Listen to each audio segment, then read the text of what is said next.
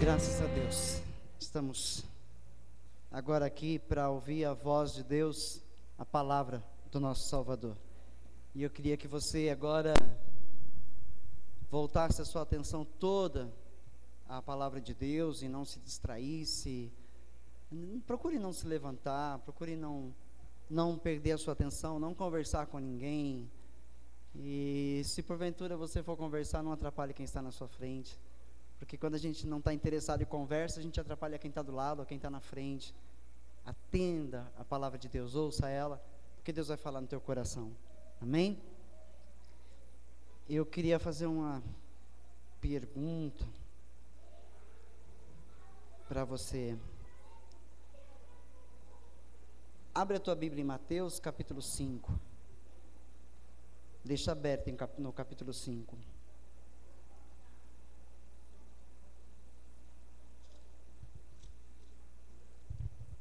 Mateus 5.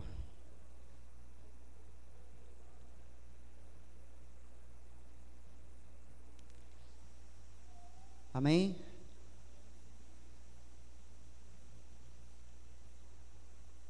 Quero que a pastora Fátima fale para quem está aí fora vir para dentro, deixar lá fora só quem vai ficar na porta.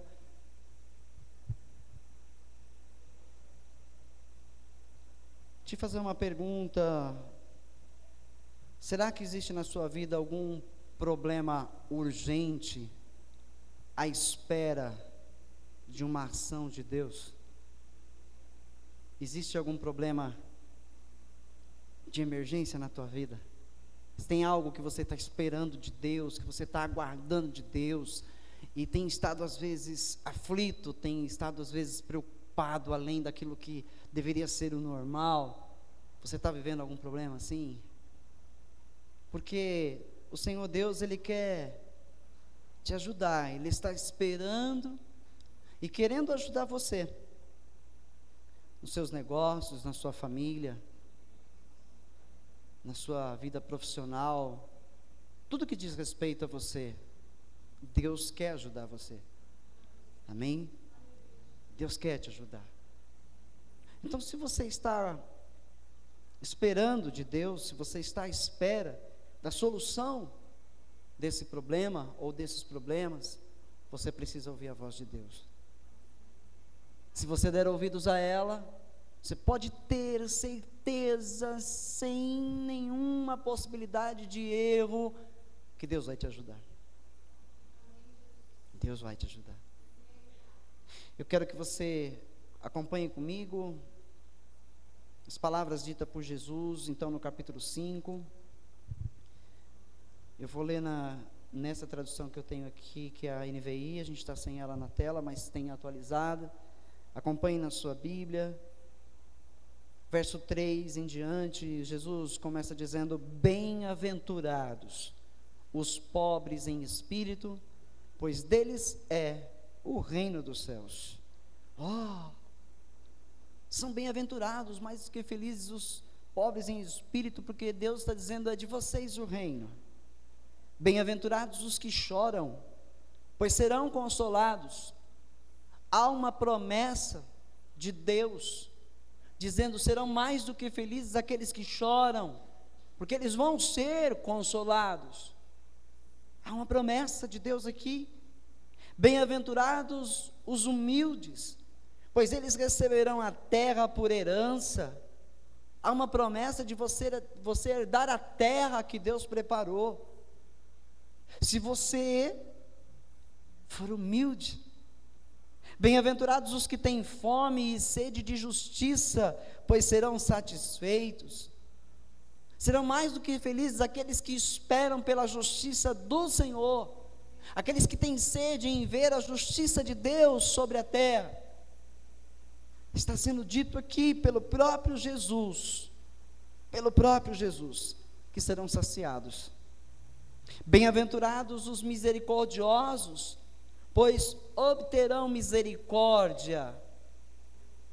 Aqueles que são misericordiosos obterão a misericórdia de Deus. Viu quantas promessas Deus faz? E essas promessas se cumprem na vida de quem ouve. Bem-aventurados os puros de coração, olha que tremendo, pois verão a Deus. Os puros de coração são mais do que felizes, porque eles vão ver a Deus. Bem-aventurados os pacificadores, aqueles que pacificam, o oposto daquele que põe lenha na fogueira para ver a brasa queimar, para ver as chamas subir. Bem-aventurados são aqueles que pregam a paz, que pacificam num momento de discussão, num momento de perca de controle de outros. Aquele que vem e pacifica é bem-aventurado, pois serão chamados filhos de Deus. Bem-aventurados os perseguidos por causa da justiça, pois deles é o reino de Deus. Bem-aventurados serão vocês quando por minha causa, diz Jesus, os insultarem, os perseguirem e levantarem todo tipo de calúnia contra vocês. Alegrem-se e regozijem-se, porque grande é a sua recompensa nos céus, pois da mesma forma perseguiram os profetas que viveram antes de vocês. Essas são as famosas bem-aventuranças ditas por Cristo Jesus no seu sermão aos discípulos e a uma grande multidão.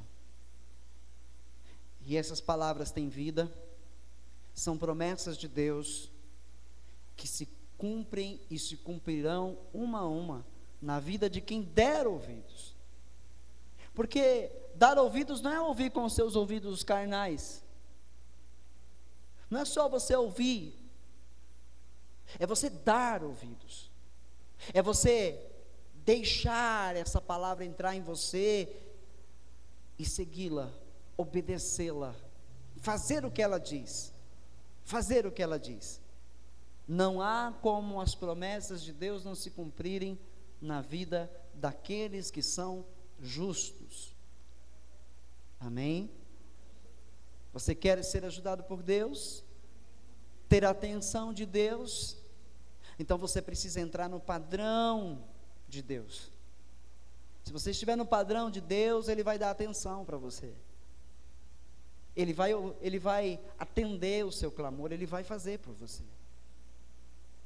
Não é porque a graça é um favor imerecido, ou seja, nós não merecíamos ser salvos, mas somos. Não é porque é graça que nós não precisamos nos padronizar na palavra de Deus para sermos atendidos por Deus, para termos de Deus a sua atenção. Ah, é assim mesmo, a gente é falho, pecador e Deus nos ouve e é fiel. Não é assim, não é assim. Então Deus não seria um Deus de justiça. Então Ele daria ouvidos também aos ímpios, Ele também atenderia aos maus, porque eles também pedem. Nós não somos melhores do que ninguém, mas nós temos que estar no padrão de Deus. Nós temos que estar de acordo com o que Deus quer que estejamos. Amém? E eu quero falar algo aqui sobre as bem-aventuranças, pois aqui nesse texto, nessas promessas que o Senhor faz, Ele relaciona valores. Ele relaciona valores que Ele espera encontrar na vida daqueles que o receberam como seu Senhor e Salvador. São valores, Ele dita nas bem-aventuranças esses valores. Ele deixa claro que os valores do reino de Deus são radicais. É bem radical, pois o que Deus deseja daqueles que o servem, daqueles que são chamados seus súditos, é que demonstrem humildade. Deus espera que aqueles que ouvem a sua palavra, que se declaram cristãos, demonstrem em atitudes que compreenderam os valores dessa palavra. Amém? Você tem que demonstrar, eu tenho que demonstrar, o crente, o cristão, salvo, tem que demonstrar tristeza pelo pecado. Nós não nos alegramos com o pecado, nós não regozijamos com o pecado, nós não somos coniventes com ele, nós não nos conformamos em ver o pecado sendo aí atuado pelas pessoas, muito menos em nossas vidas. Então o verdadeiro crente, ele se entristece com o pecado, ele se entristece. Amém, igreja? Qual tem sido a sua atitude quando o pecado está aí, diante de você? Como você tem agido? Como você tem respondido a isso? Pois Deus espera que você responda com santidade, Deus espera que você responda com repúdio ao pecado. Amém? Ele quer que você tenha anseio pela palavra, anseio pela pureza, pois ele diz lá nas bem-aventuranças, que os puros de coração vão vê-lo.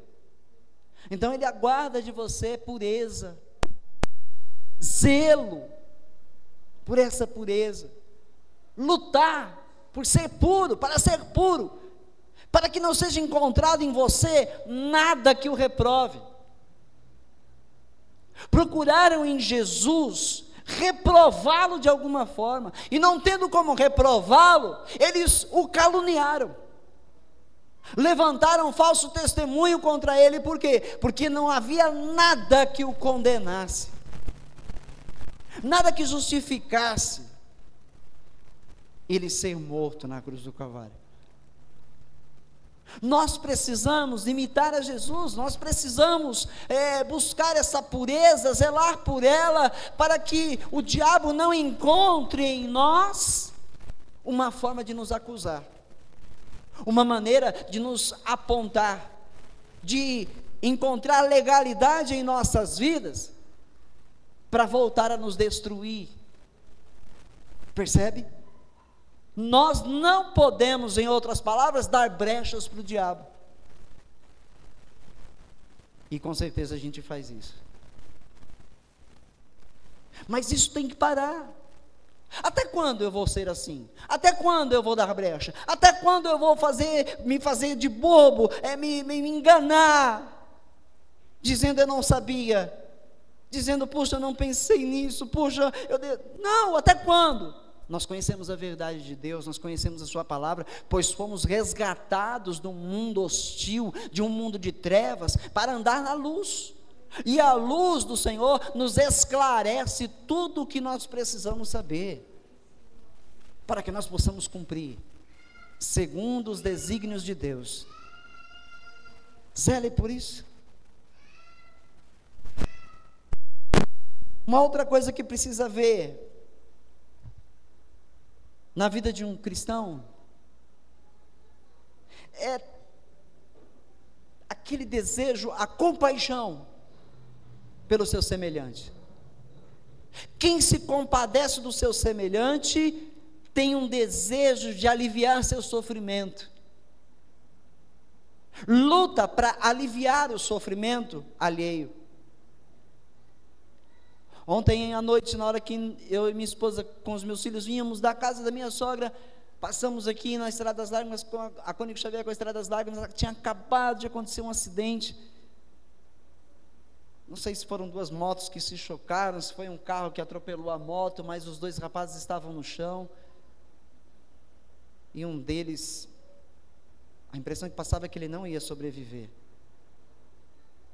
O sangue lavou o asfalto e jorrava sangue da cabeça dele, e todo mundo correndo para ver, os curiosos, e formando aquele mundaréu de gente. Uma viatura já estava passando no local. Qual seria a atitude do crente? Um mínimo que nós poderíamos fazer: sentir aquele momento como se fosse a gente mesmo, e clamar a Deus misericórdia. e clamar a Deus pelo perdão dos pecados daquelas almas, clamar a Deus para que haja oportunidade de arrependimento, clamar a Deus para que ainda haja momentos de vida, para que ele ainda possa continuar vivendo, porque morrer sem a salvação é a pior coisa que pode acontecer na vida de um ser humano. Não há nada pior do que um ser humano morrer sem salvação. E se o crente não se compadece do seu semelhante, se ele não luta por ver alívio do sofrimento do seu semelhante, por vê-lo sendo salvo, então nós não estamos cumprindo o ID de Cristo, nós não estamos cumprindo a vontade do Pai, e provavelmente nós não somos participantes das bem-aventuranças, não seremos participantes delas, dessas alegrias exageradas que Deus vai dar aos que praticam a sua vontade. Amém? Você quer ser ajudado por Deus, ter a atenção de Deus? Existem problemas aí, que você está aí aguardando, aflito, uma ação de Deus? Ouça primeiro a voz de Deus. Os seres humanos têm a tendência de colocar, à frente os seus problemas. O crente também tem essa mania de colocar à frente os seus problemas, de pensar em si, de pensar nos seus problemas, de pensar na sua casa. Precisamos olhar ao redor. Nos achamos muitas vezes os sofredores, nos achamos muitas vezes as pessoas que mais precisam de ajuda, em determinados momentos em nossas vidas. Esquecemos de olhar ao redor. Esquecemos de olhar, pois tem outras pessoas mais necessitadas que nós, estão sofrendo, estão padecendo, estão morrendo, estão precisando de um auxílio, de um apoio, de um abraço, de uma palavra, de uma ajuda, mas nós estamos preocupados com os nossos problemas. Sim, eu quero ser ajudado por Deus. Sim, existem coisas na minha vida que eu estou aguardando o agir de Deus, mas enquanto eu espero, eu vou atender os outros. Enquanto eu espero para que Deus faça algo para me ajudar, para me fazer vencer, eu vou atender a necessidade dos outros. Eu vou me compadecer dos demais, porque eu sei que Deus não vai esquecer-se de mim. Ele não vai se esquecer de mim. E quando nós vamos atender a necessidade dos outros, quando nós vamos ajudar uns aos outros, quando nós vamos ajudar aquele que está lá fora padecendo, você pode ter certeza, isso faz Deus se lembrar de todos os seus pedidos. Quando você se compadece do seu semelhante, você está lembrando a Deus dos seus problemas. Deus não vai se esquecer de você. Ele vai fazer acontecer. Mas ouça a voz de Deus. Ouça a voz de Deus. Você tem que ter uma disposição extra para padecer sofrimentos, perseguições, por ser uma pessoa correta. Você tem que ter uma disposição extra. Você que quer viver as bem-aventuranças de Deus, tem que ter uma disposição extra para sofrer, para ser perseguido por causa da justiça que você pratica. Ser caluniado, ser perseguido, ser aí vítima da mentira da boca do ímpio, por causa do amor que você tem a Jesus, por causa do amor que você pratica a Jesus. Nós precisamos ter essa disposição. Eis-me aqui, Senhor, eu vou até o fim. Mas muitos freiam, puxam o freio de mão quando perseguições apontam, quando o sofrimento bate a porta. Não, Jesus não, na palavra não, está repreendido. Não adianta tentar repreender. Você tem que estar disposto Você sabe que é por causa do bem que você faz? Você sabe que é por causa da justiça que você pratica? Você sabe que é por causa do amor que você tem ao Senhor? Você sabe que é pela sua devoção? É por você ser pacificador? É por você ser alguém que chora pelos outros, pelo seu próximo? Você sabe que você está sofrendo por causa disso? Perseguição por causa disso? Tenha disposição em manter-se à frente, cabeça erguida, porque Deus está te exaltando já já. Já já. Ele exalta aqueles que são humilhados, por amor a Ele. Por amor a Ele. Amém? Você precisa estar do lado daquilo que é certo, e o certo é a vontade de Deus, é a palavra de Deus. E quando nós estamos do lado certo, seremos perseguidos naturalmente. Seremos naturalmente pessoas tidas por escória do mundo, porque nós estamos do lado certo. Você não concorda, né, com o divórcio, você não concorda com a mentira, você não concorda, né, com a usurpação dos bens, você não concorda com aqueles que oprimem, com aqueles que cobram além do que devem cobrar, você não se conforma com a corrupção daquele que está lá no poder, com aquele que está lá liderando. Mantenha-se nessa posição. Mas não seja aquela pessoa que abre a boca e condena, e julga, e acusa. Seja aquela pessoa que demonstra amor e justiça, que demonstra o verdadeiro evangelho sendo vivido, para que essas coisas sejam desnudas na presença do mundo espiritual e do mundo físico. Que a tua vida seja uma vida que traga louvor a Deus. Amém? O cristão que pretende seguir a Jesus precisa colocar todas essas coisas em prática. Deus vai ouvir você, vai fazer acontecer a teu favor. Dê ouvidos. Eu quero fazer um contraste em Romanos, no capítulo 2,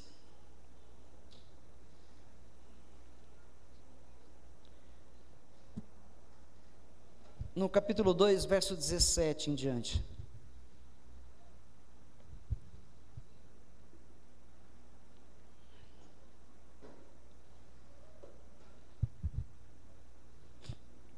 Aleluia. Ora, você leva o nome de judeu, apoia-se na lei e orgulha-se de Deus. Você conhece a vontade de Deus e aprova o que é superior, porque é instruído pela lei. Você está convencido de que é guia de cegos, luz para os que estão em trevas, instrutor de insensatos, mestre de crianças, porque tem na lei a expressão do conhecimento e da verdade. E então,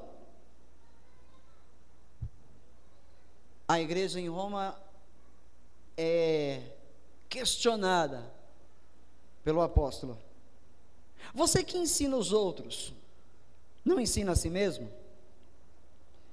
Você que prega contra o furto, furta? Você que diz que não se deve adulterar, adultera? Você que detesta ídolos, rouba-lhes os templos? Você que se orgulha da lei, desonra a Deus desobedecendo a lei? Pois como está escrito, o nome de Deus é blasfemado entre os gentios por causa de vocês.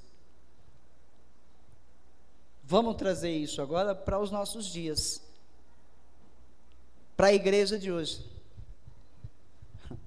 Os gentios são as pessoas que ainda não fazem parte do corpo de Cristo.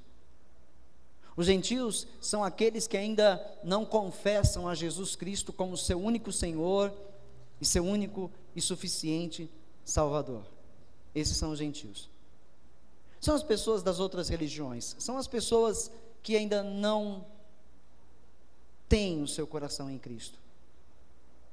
E aqui está sendo dito: olha, vocês conhecem a palavra, vocês louvam a Deus por essa palavra, vocês aprovam o que é superior, porque vocês são instruídos na palavra, é o que ele está dizendo. Vocês são instruídos, foi dito a vocês, por que não roubar? Foi dito a vocês, por que não mentir? Foi dito a vocês, por que não devem julgar? Foi dito. Foi dito a vocês, por que vocês precisam ser diferentes? Sabemos de tudo isso. A palavra não nos esconde o que Deus requer da igreja. Então nós sabemos de tudo, e até falamos, e até pregamos, e até ensinamos, e até instruímos a outros. Mas aí o questionamento é: mas você que fala que a palavra de Deus diz não é para roubar, você rouba? Não é para mentir, você diz lá, não, a palavra de Deus diz que o Senhor abomina a mentira, e você mente? Está nos colocando em confronto com aquilo que nós ensinamos, com aquilo que nós pregamos, com aquilo que nós dizemos aos outros. Eu queria que você não perdesse o texto aí. Põe um marca-texto aí, a fitinha, segura, e vai comigo até Mateus capítulo 23.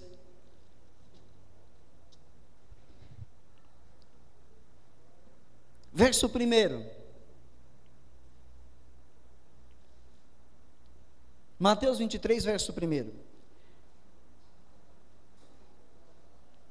Então Jesus disse à multidão e aos seus discípulos: os mestres da lei e os fariseus se assentam na cadeira de Moisés.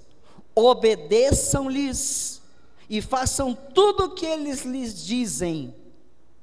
Detalhe: mas não façam o que eles fazem, pois não praticam o que pregam. Eles atam fardos pesados e os colocam sobre os ombros dos homens, mas eles mesmos não estão dispostos a levantar um só dedo para movê-los. A religiosidade está sendo confrontada por Jesus. Muito daqueles que dizem que são, sem ser, que ensinam o que é bom, mas não praticam. Não roubem, mas eles roubam. Não acusem, mas eles acusam. Você percebe? Façam o que eles dizem a fazer, mas não façam o que eles fazem. A questão é: quem se diz cristão e não pratica o que é ensinado pela palavra de Deus a ser praticado, não é uma pessoa de integridade, não é uma pessoa que merece confiança, não é uma pessoa que merece respeito, não é. A palavra hipócritas nesse texto é muito usada. Eu contei aqui 7 vezes nesse capítulo. Jesus começa advertindo eles no verso 13: ai de vocês, mestres da lei e fariseus hipócritas, vocês fecham o reino dos céus diante dos homens, vocês mesmos não entram, nem deixam entrar aqueles que gostariam de fazê-lo. Ai de vocês, mestres da lei e fariseus hipócritas, vocês devoram as casas das viúvas e, para disfarçar, fazem longas orações, por isso serão castigados mais severamente. E ele prossegue: ai de vocês, religiosos hipócritas, falsos, mascarados, que pregam o que é bom, mas não vivem, que advertem os que estão no erro, mas praticam os mesmos erros. É isso. Não há uma verdade sendo vivida na vida de uma pessoa assim. Ela corrige todo mundo e não aceita que ninguém a corrija. Ela sabe quem está errado, ela sabe a vida de todo mundo, mas ela mesma não aceita a correção e não se conserta. É o que está sendo dito em Romanos. Se diz judeu. Por que se diz judeu? Por que lá ele pergunta, ele diz, você se diz judeu? Ora, você leva o nome de judeu, porque é deles que veio a salvação. Jesus nasceu deles, a salvação veio dos judeus. Então eles se dizem judeus, judeus por conhecerem a verdade, judeus por conhecerem as escrituras. É o mesmo que dizer cristão hoje. Quando se diz cristão, o que se entende é que é um imitador de Cristo. Mas é isso que o cristão está fazendo? Pode ser chamado um cristão de cristão? Pode um crente ser chamado cristão se ele não imita a Cristo? Pois cristão quer dizer pequeno Cristo. Cristãos, pequenos cristos. Por que pequenos cristos? Porque são imitadores, são seguidores e imitadores. Por isso cristãos. Pode então um crente ser chamado cristão se ele não imita Jesus Cristo? É ele verdadeiramente um cristão se ele não imita a Jesus, com os seus pensamentos, com as suas atitudes, com as suas palavras, com as suas ações? Não imita a Jesus, pode ser chamado, pode ser dito, esse é um cristão? Por isso o nome do Senhor, por isso a igreja do Senhor é blasfemada entre os gentios. Por isso a igreja é blasfemada. Por isso que a igreja do Senhor está sem crédito no mundo.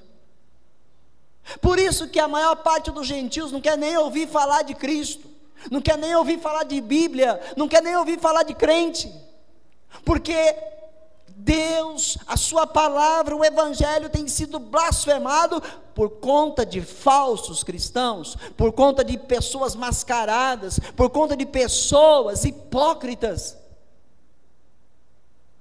Percebe? É por isso que a igreja está sem crédito. Porque existem ladrões, salteadores, amantes de si mesmos, presunçosos, desobedientes a pais, a mães, a palavra, se dizendo cristãos. Existem mulheres posando nuas, homens se prostituindo, homens na mídia, mulheres na mídia se dizendo cristãos, com essas práticas pecaminosas. O caminho do Senhor continua sendo blasfemado pelos gentios por causa de falsos crentes. Ouvir a voz de Deus é se tornar um cristão. Ouvir a voz de Deus, praticar a verdade escrita, pregada, isso é ser cristão. Jesus está falando com aqueles que estão aprovados. Bem-aventurados os que choram, vão ser consolados. Bem-aventurados os pacificadores, vão herdar a terra. Bem-aventurados os puros de coração, vão ver a Deus. Bem-aventurados aqueles que são perseguidos por minha causa, Jesus diz, pois deles é o reino dos céus. Esse é o cristão. Esse é o cristão. Não podemos querer ser aquilo que nós realmente não somos. Nós precisamos nos converter. Estamos muitas vezes indo pelo caminho errado, acreditando estarmos no caminho certo. Nos sentimos autoridade sobre situações de pessoas sobre situações vividas por pessoas, nos sentimos autoridade para dizer: isso está errado, isso daqui não é certo, porque Jesus isso, porque a palavra condena, você, nos sentimos autoridade. Por isso o apóstolo Paulo fala: você que diz que não é para roubar, rouba. Você diz que não é para cometer adultério, comete adultério. Pois nós dizemos muitas dessas coisas, corrigindo pessoas, advertindo pessoas, e muitas vezes nos colocamos de fora disso como se nós não errássemos, como se nós não praticássemos o pecado mais. Nós precisamos converter-nos à verdade de Cristo. O verdadeiro cristão é aquele que imita Jesus, é aquele que busca agir como Jesus, fazer o que Jesus faria, perdoar como Ele perdoou, amar como Ele amou, praticar a justiça que Ele praticou. É isso. Verso 25 do Romanos, capítulo 2. A circuncisão tem valor se você obedece à lei, mas se você desobedece à lei, a sua circuncisão já se tornou incircuncisão. O que é circuncisão? Para o judeu, era uma ordem dada de Deus, dada por Deus aos judeus, que todo o menino, todo o macho, cortasse o prepúcio do pênis, do pipiuzinho da criança, cortava. Que hoje, se você quiser entender melhor, quando se faz uma operação de fimose, né, é para cortar essa pele. Esse corte era um sinal de Deus na vida dos judeus, era um símbolo de Deus na vida dos judeus, que diziam temê-lo. Essa circuncisão era ordenada a todos aqueles que queriam servir a Deus, mesmo aqueles que não eram judeus. Se eles se tornassem seguidores dos judeus, se eles tornassem também adoradores do mesmo Deus dos judeus, deveriam ser também circuncidados. E o que o apóstolo Paulo está dizendo aqui é que essa circuncisão só teria valor se os mesmos obedecessem à lei. É a mesma coisa nos dias de hoje dizer que você é do Senhor, que você é salvo, que você é santo, se você também não obedece à palavra de Deus. Não tem valor nenhum em dizer se não pratica. É isso que está sendo dito aos judeus. Agora, olha que interessante, no versículo 26, se aqueles que não são circuncidados obedecem aos preceitos da lei, não serão eles considerados circuncidados? Aquele que não é circuncidado fisicamente, mas obedece à lei, condenará você, que tendo a lei escrita e a circuncisão, é transgressor da lei. Percebeu? Não é judeu quem o é apenas exteriormente, nem é circuncisão a que é meramente exterior e física. Não é cristão apenas quem o é exteriormente, se veste como crente, fala como crente, anda com a Bíblia como crente, se diz santo como crente, se acha certo como crente, como cristão. Não é cristão o tal, é o que está sendo dito pela palavra de Deus. Não é o dizer, não é por muito falar, mas é por aquilo que se vive. É por aquilo que se vive. Por que muitos blasfemam o caminho da verdade. Por que muitos, os gentios não querem saber de Jesus? Porque muitos que se dizem eu sou cristão, têm a Bíblia, conhecem ela, têm conhecimento, têm sabedoria para falar dela, mas não têm autoridade, porque não vive a verdade. Quem somos nós nesse texto? Vamos lá. Judeu, não, então vou ler de novo 28.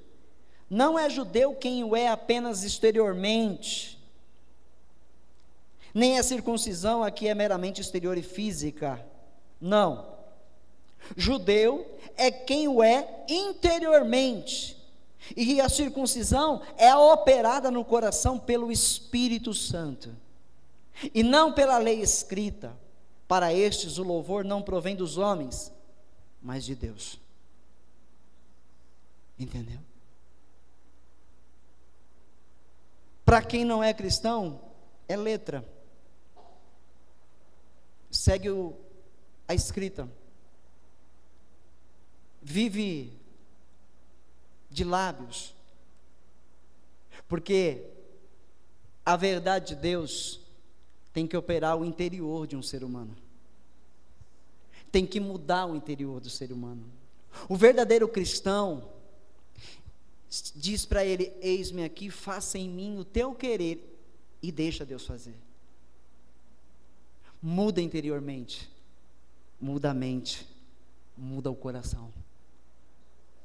Quer ser ajudado por Deus? Ouça a voz de Deus, pratique a voz de Deus, o que ela diz a você.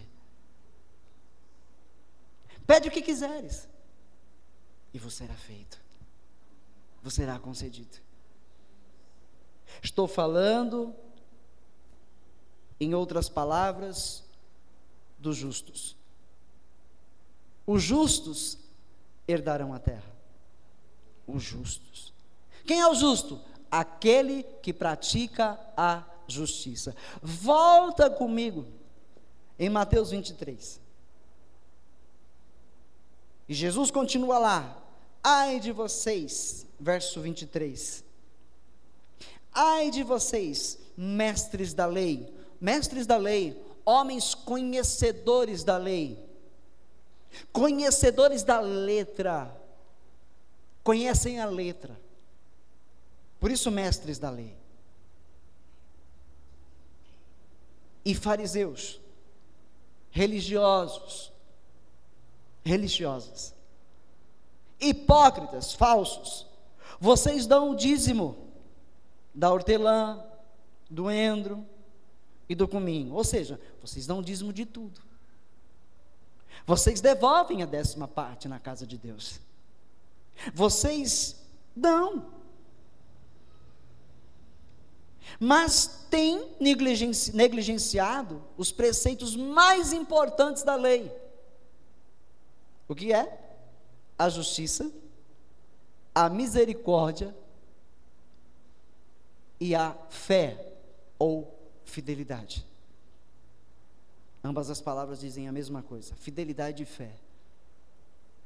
É o sentido dessa palavra.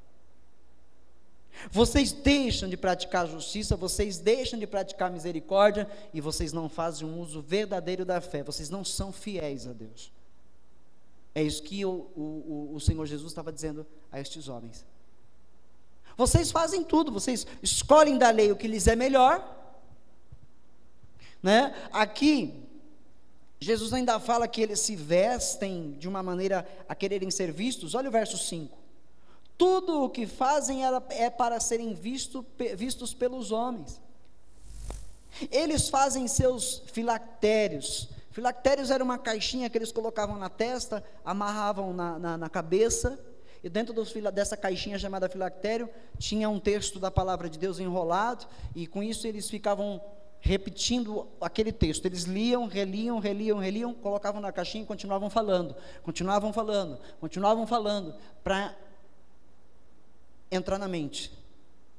Então eles faziam uso desses filactérios, bem largos, e as franjas de suas vestes bem longas, gostam do lugar de honra nos banquetes e dos assentos mais importantes nas sinagogas. Sinagogas eram como igrejas hoje, né? Para serem saudados nas praças, gostavam de serem saudados nas praças e de serem chamados mestres. Mas vocês não devem ser chamados mestres, porque um só é o mestre de vocês, Jesus. Entendeu? Então, esses homens buscavam vanglória, buscavam reconhecimento, queriam status, queriam ser vistos, falavam bonito, conheciam a letra, mas nada de vivê-la. É diferente nos dias de hoje com a igreja que está sobre a terra. Quantos líderes, quantos obreiros, quantos membros do corpo de Cristo lá fora querem ser vistos, querem fazer a diferença impondo, querem ser mais sábios, mais inteligentes, fazem questão. Tem crentes que fazem questão de tudo que fala nome de Jesus, glória a Deus, aleluia, fala alto, não na igreja, lá fora.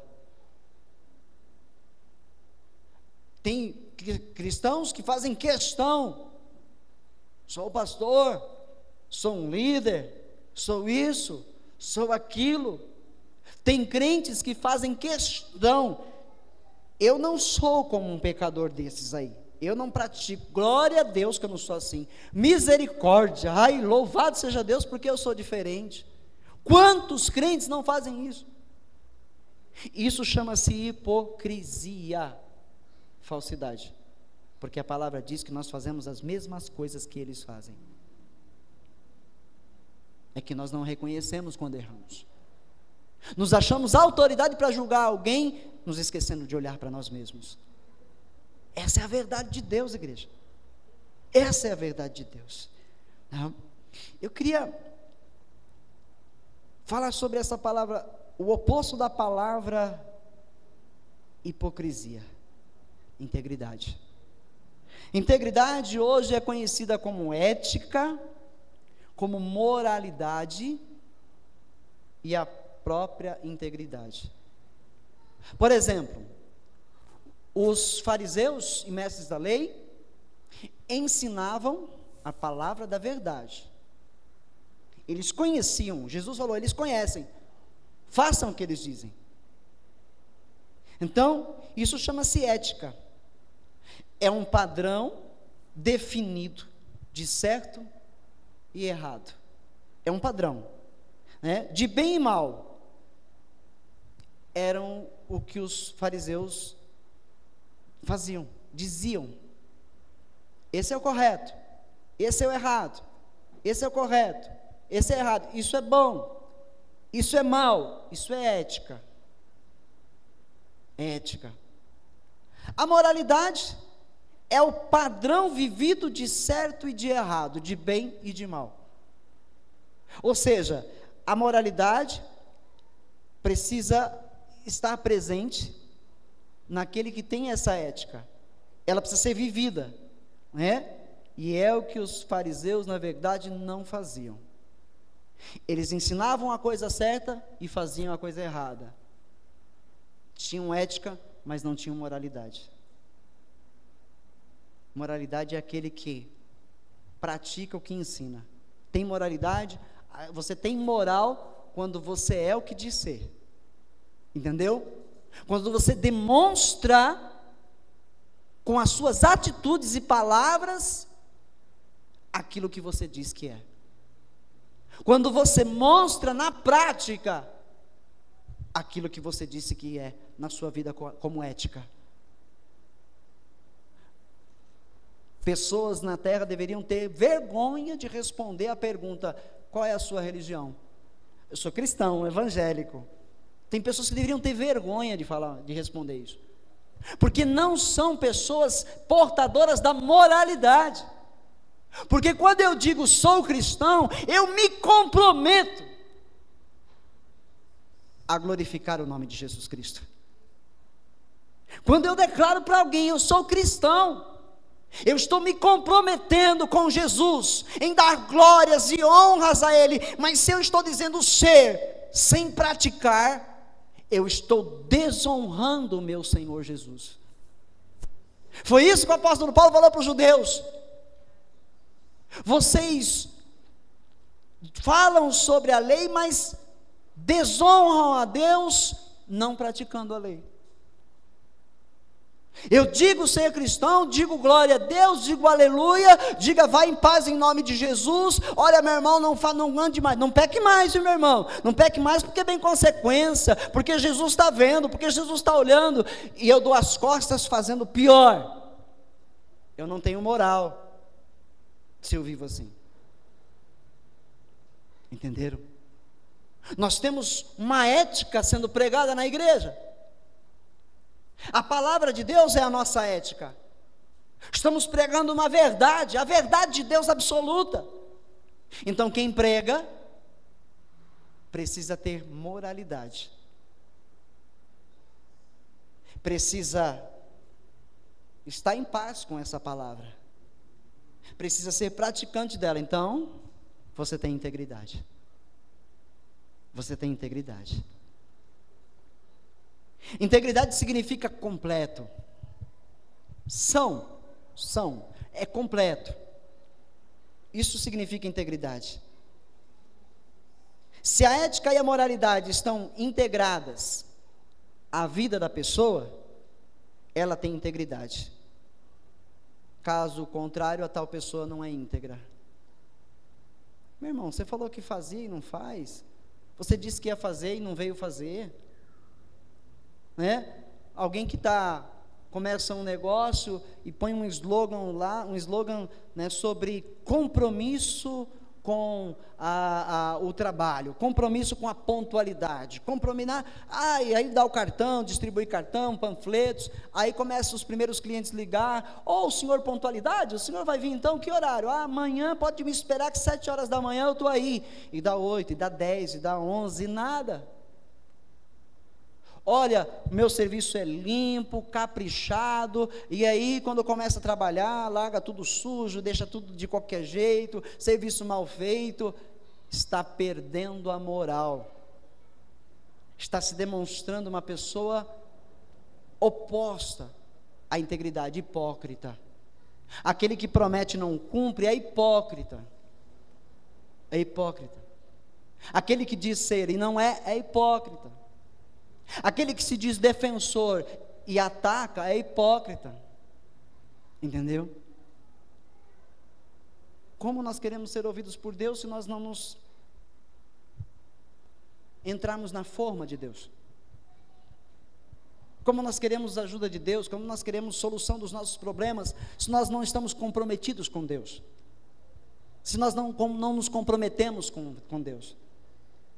Como é que nós queremos a ajuda de Deus?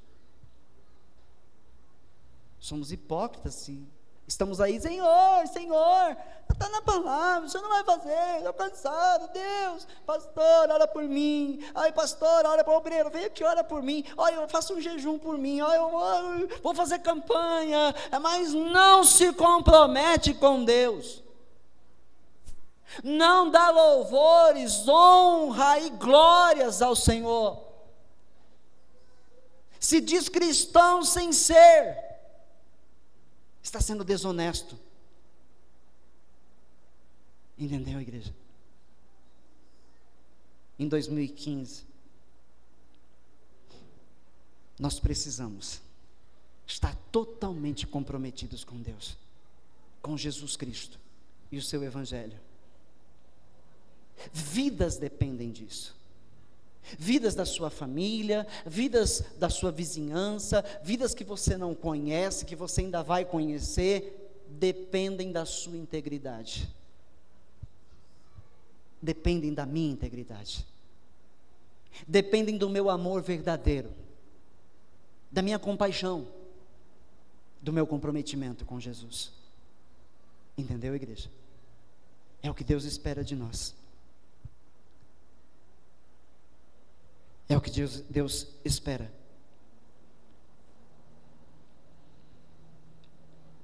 Eu queria ler com você Mateus, capítulo 6. Como declara-se esse versículo nas igrejas? Mas como ele é tão pouco vivido. Mateus 6 e o verso 33.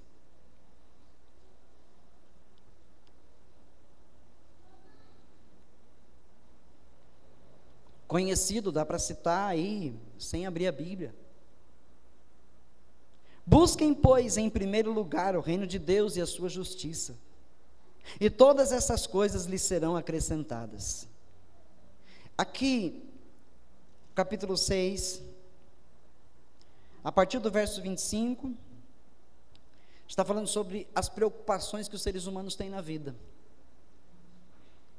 Todos querem ser ajudados, todos estão precisando sempre de alguma coisa, estão sempre ansiosos pelo dia de amanhã, se vão conseguir, se não vão conseguir, se vão pagar, se não vão conseguir pagar, se vão ter saúde, se não vai ter, é ansioso com o resultado do exame médico, nossa, é preocupado com aquilo ou com aquilo outro, está sempre, sempre aflito, sempre preocupado. Então Jesus vem aqui e dá um banho de água gelada assim nos discípulos, naqueles que o seguem, e fala assim: vocês estão errados.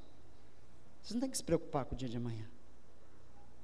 Vocês não têm que ficar aí aflitos com o dia de amanhã, ansiosos pelo que vão comer, pelo que vão beber, pelo que vão vestir. Vocês não precisam fazer isso. Não é essa a ordem de Deus. Não é assim que Deus trabalha. Não é assim que o Pai de vocês trabalha. Busquem primeiro o reino do Pai. Busquem primeiro o reino de Deus e a sua justiça. Como é isso? Jesus falou no capítulo anterior, o 5.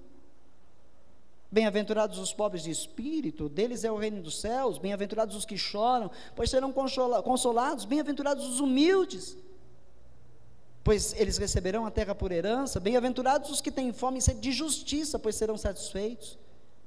Bem-aventurados os misericordiosos, pois obterão misericórdia. Os puros de coração, pois eles vão ver a Deus.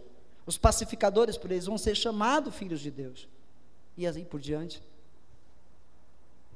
Aqueles que dão honra e glórias a Deus com a sua vida, que não se embaraçam com as coisas desta vida, não atropelam a ordem de Deus.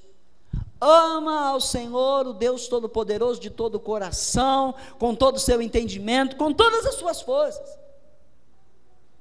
E depois ama o próximo como ele ama a ele mesmo. Não atropela isso. O que tem de gente colocando o carro na frente dos bois, não está escrito. Primeiro a solução dos meus problemas. Senhor, se o Senhor fizer, eu retribuo. Se o Senhor operar, eu respondo. Uma vida de interesses no que Deus pode dar. Não tem uma vida de interesse no que é do interesse de Deus. Entenderam? Muitos que se dizem cristãos não têm interesse nenhum nos interesses de Deus. Estão interessados naquilo que Deus pode dar, do que Deus pode fazer. Pessoas que vão na igreja atrás só de cura física, só atrás de solução material, de solução financeira, só atrás de solução disso, daquilo e daquilo outro terreno. E não tem interesse nenhum na vontade de Deus. Ama o Senhor teu Deus de todo o teu coração, com todas as tuas forças. Esquece o terreno, o temporário. Deixa isso nas mãos de Deus. Ama Ele acima de tudo. Ama o teu próximo, Ele precisa de você, Ele depende de você. É o que Deus está dizendo: ama o teu próximo, porque eles precisam de vocês. Essa é a vontade de Deus. Ame o próximo como você se ama. Você não quer ser atendido? Eu não quero ser atendido, eu quero, Senhor. Ah, você não quer, alcançar? Eu quero, Senhor. Então ajude os outros a alcançar primeiro. Jesus disse aos seus discípulos: o melhor é dar do que receber. Porque quando você faz sem interesse de receber, você está se enriquecendo, sendo enriquecido, acumulando tesouros no reino de Deus. Bem-aventurados são esses que entesouram as suas riquezas no reino de Deus, pois eles vão usufruir dos seus tesouros. Entendeu, igreja? Consegue compreender isso? Busquem então primeiro o reino de Deus e a sua justiça, e tudo que você necessita, Deus acrescenta. Deus vai te ajudar. Deus vai te ajudar. Os maus sabem dar coisas boas aos seus filhos, disse Jesus. Qual é o pai que o filho pede pão e ele vai dar pedra? Qual é o pai que o filho pedindo peixe vai lhe dar uma serpente? Os maus sabem dar boas coisas a seus filhos.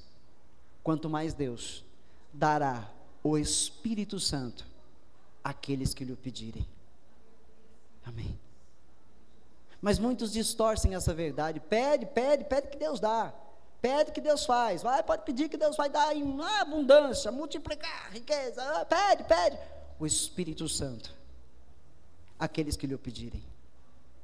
Quem tem o Espírito Santo não precisa de muita coisa nessa terra. E o que precisa, o Espírito Santo acrescenta. Ele dá, Ele faz. Amém? E para concluir, eis a vontade de Deus, que você ouça, dê ouvidos, e seja encontrado por Deus, justo sobre essa terra. Que Deus possa olhar dos céus para você e dizer aos anjos: lá vai um dos meus justos.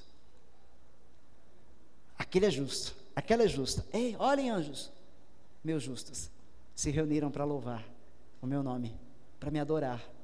O louvor deles não é só de lábios, eles vivem, eles praticam, deles é o reino dos céus. Amém. Mateus 25, verso 34.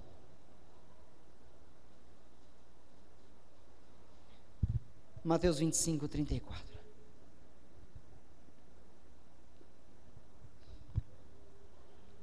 Aí eu vou pegar do 31, porque precisa ser completo isso. Porque isso está para acontecer, igreja. Isso vai acontecer já já. Quando o Filho do Homem, Jesus, vier em sua glória, com todos os anjos, assentar-se-á em seu trono na glória celestial. Todas as nações serão reunidas diante dele, e ele separará umas das outras, como o pastor separa as ovelhas dos bodes, e colocará as ovelhas à sua direita, os justos, os praticantes do amor de Deus, e os bodes à sua esquerda, os hipócritas, os falsos. Então o rei dirá aos que estiverem à sua direita: venham, benditos de meu Pai, recebam como herança o reino que lhes foi preparado desde a criação do mundo. E olha lá a prática da justiça, as bem-aventuranças. Pois eu tive fome, e vocês me deram de comer, ajudaram os necessitados, o próximo. Tive sede e vocês me deram de beber, fui estrangeiro e vocês me acolheram, necessitei de roupas e vocês me vestiram, estive enfermo e vocês cuidaram de mim, estive preso e vocês me visitaram. Então os justos lhe responderão: Senhor, quando te vimos com fome e te demos de comer. Olha, para e presta atenção, a gente precisa analisar, eu ainda tenho um tempinho aqui, a gente precisa fazer uma análise do que foi dito aqui pelos justos. Eles não estão sendo irônicos, não é uma ironia dos justos, porque quando eles fizeram como se fizessem para eles mesmos. Quando eles ajudaram os necessitados, ajudaram como se eles estivessem fazendo a si mesmos. Eles não fizeram porque Jesus ficou lá, faz, se você não fizer, você não vai para o céu. Eles não fizeram porque o líder ficou lá, olha, vocês têm que fazer, porque se não fizer, Deus vai castigar. Não foram pressionados a fazer, não. Foi uma vida natural, foi um trabalhar natural. Por quê? Porque o amor de Deus estava em seus corações. Eles eram comprometidos com a verdade de Deus. Eles eram cristãos de verdade, não só de nome. Por isso eles vão a Jesus, meio sem compreender, e perguntam: Senhor, quando te vimos com fome e te demos de comer? Ou com sede e te demos de beber? Quando te vimos como estrangeiro e te acolhemos? Ou necessitado de roupas e te vestimos? Quando te vimos enfermo ou preso e fomos te visitar? O rei responderá: digo-lhes a verdade, o que vocês fizeram a algum dos meus menores irmãos, a mim o fizeram. Amém? A mim o fizeram. O cristão que ama o próximo está amando a Jesus, porque está servindo o próximo, está ajudando, cooperando. Ele se dói do sofrimento das outras pessoas, ele faz alguma coisa para aliviar o sofrimento destas pessoas, ele luta, faz o que está ao alcance, muitas vezes tenta fazer até o que não pode, para ver o bem-estar das outras pessoas. Quando te vemos assim, Jesus, quando vocês fizeram isso àqueles que eu chamei de o seu próximo? Amém, igreja? Vamos atender à vontade de Deus, vamos ouvir. Eu não quero mais abrir a minha boca e dizer para alguém ou responder: eu sou crente, eu sou evangélico, eu sou cristão, sem ser de verdade. Amém. Eu preciso ter autoridade, realmente, no mundo físico e espiritual, para dizer: eu sou cristão. Eu preciso ter essa autorização do reino de Deus para dizer: eu sou cristão, porque eu preciso viver como Cristo, praticar as mesmas obras, porque os sinais vão seguir os que crerem, diz o Senhor Jesus. Eles vão saber quem vocês são, o mundo saberá quem são os meus, serão conhecidos os meus. Não ama o próximo e muito menos uns aos outros, a igreja que blasfema o caminho da verdade. É um contra o outro, é um querendo ser melhor que o outro, é um pisando no outro, é um roubando o outro, é um invejando o outro, é um caluniando o outro, é um inventando história, não se entendem nem entre si, que dirá o mal ao próximo. Não seja esse o caminhar desta igreja, deste rebanho, de cada um que está nessa caminhada conosco. Sejamos cristãos que honram e dão glórias a Deus, que o louvam de verdade, não só com os lábios, mas com as suas vidas. Amém? Amém. Essa é a mensagem de Deus para você ter um 2015 vitorioso. Vitorioso. Não precisa pedir nada para Deus em 2015. Só ouça a sua voz e pratique a verdade, o amor de Deus. Não precisa pedir nada. Antes de abrir a boca, Deus já falou para o mensageiro: vai lá, pode levar para o meu servo, pode levar para minha filha, para o meu filho, pode levar, eles estão aprovados, amém, amém, igreja. Você não vai precisar ficar fazendo campanha atrás de campanha: Senhor, me ouve, Senhor, me ouve, Senhor, me ouve. Não, você vai abrir a boca e adorar a Deus no louvor, na oração, na meditação da palavra e no trabalhar do seu reino sobre essa terra, para o seu reino sobre essa terra. E tudo que você necessita, Deus vai enviar para você. Deus vai fazer por você. Amém? Quais são os problemas mesmo que você tem para serem resolvidos, que ainda não foram? Entrega nas mãos do Senhor. E vai fazer pelo próximo. Vai fazer pelos necessitados. E Deus já está cuidando do seu. Amém? Querido Deus e Pai,